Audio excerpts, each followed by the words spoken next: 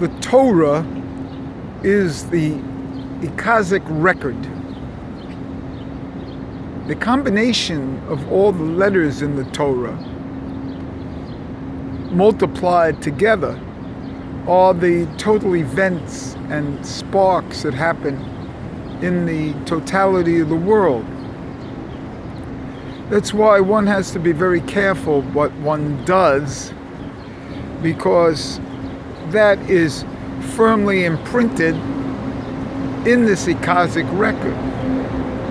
So the combination of sparks, or the combination of letters here,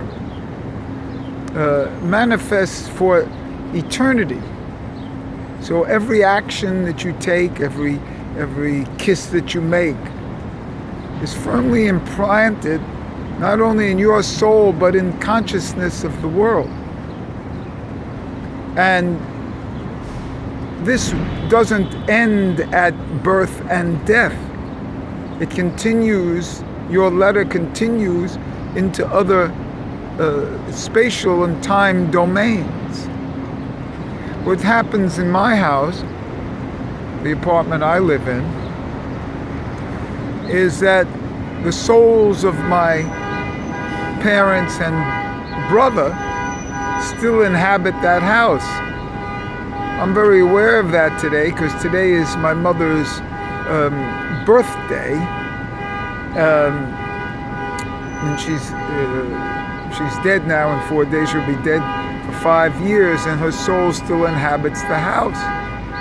And you're actually carrying around, when you walk around, you're carrying around in your head an Akashic record of the history of the world. This is how computers actually came. You know?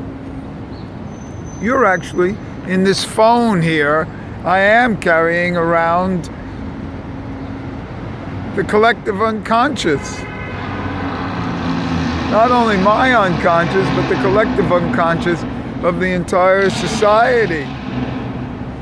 Each person has a phone, their own personal unconscious, and then the totality is the collective unconscious. And quite frankly, I said this 20 years ago, and obviously this is what the whole idea of the manipulation of people on the web is. You know? And that's why you have to be very careful with your sparks. And it's almost a fait accompli that you don't have anything to say about these sparks. I've often thought that the people who are in jail shouldn't be put in jail, or they should be put in jail, because they're fated for jail. They're fated to be there. And in a certain sense, if they're fated to be there, then the society should choose the free choice of not putting them in that situation. But that's a whole other story. Always remember, in these videos,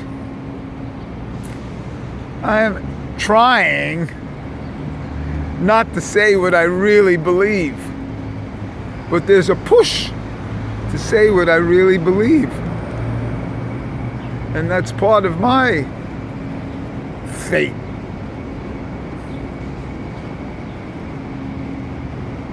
I think that there is another, you know, that thing they call the gut brain. It's a physical brain. I have stories that I think people have caused their own illnesses, caused their own body illnesses, tennis elbows, hernias, knee problems. And this all comes from what we'll call the enteric brain, the stomach brain, which really is from the belly button. And today's a good day to bring this up, because today is my mother's birthday. And so I feel completely tied to my mother today through an umbilicus,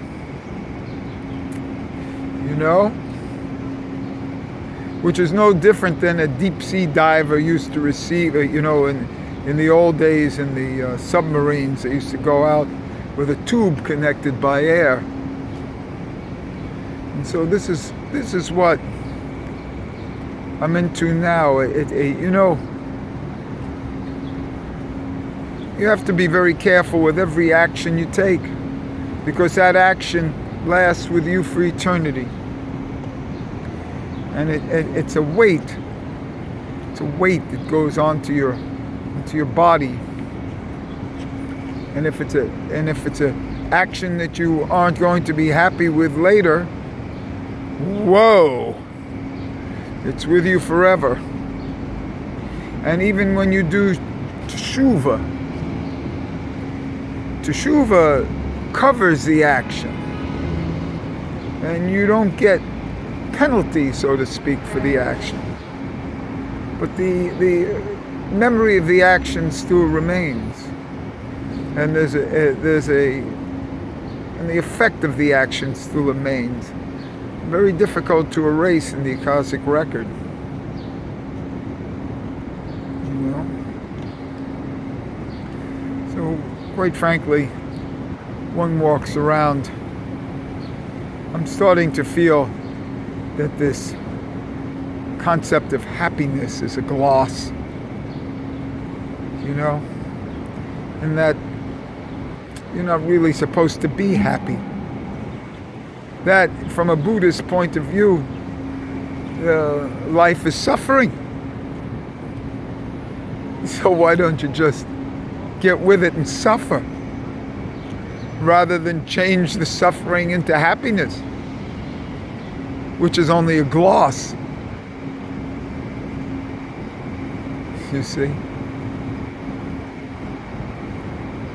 It's like a lip gloss. It's done to make it look attractive. You see? But the reality is underneath the lip. Or is the reality the lip gloss? And this is for each individual to analyze at their own particular stage.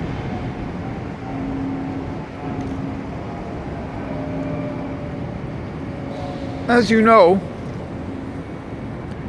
I always think women are men with makeup. They take a set of people, men without beards, and put makeup on them. And that's the original women. The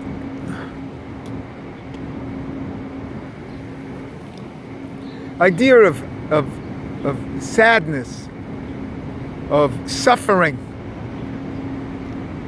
you know, that's how doctors came into play. That's how medicine came into play. Here, I'm going to show you in the back here. These are all medical buildings here. Medical. Yeah, medical over there. Medical. It's like natural, you know. Medical buildings. Or what your doctors say. Or, oh, I'm under doctor's care. Or I have a doctor's appointment. So the doctor is really a Buddhist. He's there to end your suffering. How to end your suffering? Well, you can't end your suffering. By being born, you're going to suffer. Suffer and die.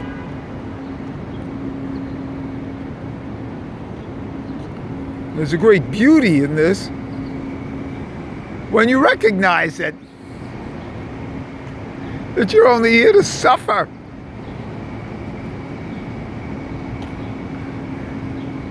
Get with it and suffer. The suffering is speaking to you. When you can understand your suffering, you understand life better. But this isn't supposed to make you into a dancer, or a singer, or a dreamer.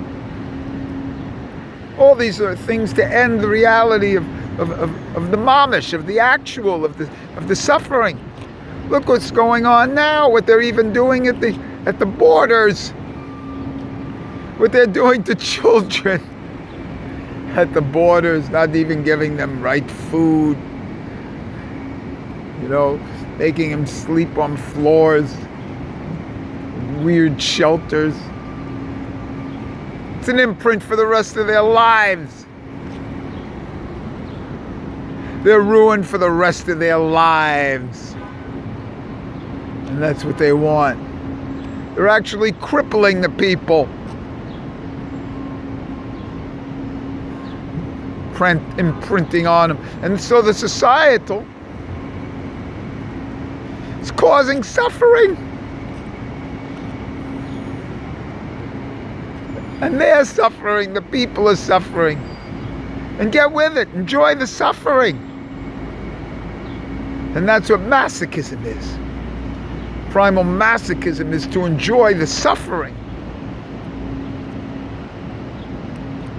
And when that changes, when you can't enjoy your suffering, then you turn into a sadist and cause that suffering on somebody else. Well, when you're suffering, enjoy it. That's primal masochism. You're into a reality that's deep. It's pure sexual.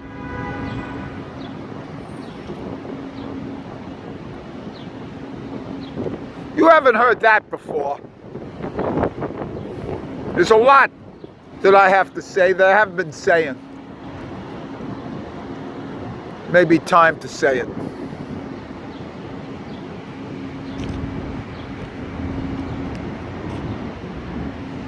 Life is suffering gone. I think I have a song like that. Life is suffering gone. I have to look for it. Because singing is only in the moment. You hear these birds, they don't have recorders. They don't have YouTube channels. People take the bird songs and put them on YouTube channels. Otherwise, these birds are just singing. Well, that's what this is here. Because there's only suffering in the moment. And when you can enjoy your suffering, that ends the suffering. It transforms the suffering.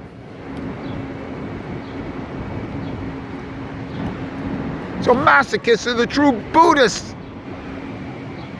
Basically, they're the true Jews. The whole Jewish opus is to put themselves into a masochistic position. Anti-Semitism, to enjoy the position of being anti-Semitized against. To seek out anti-Semitism is Judaism. These are deep levels. I can go on.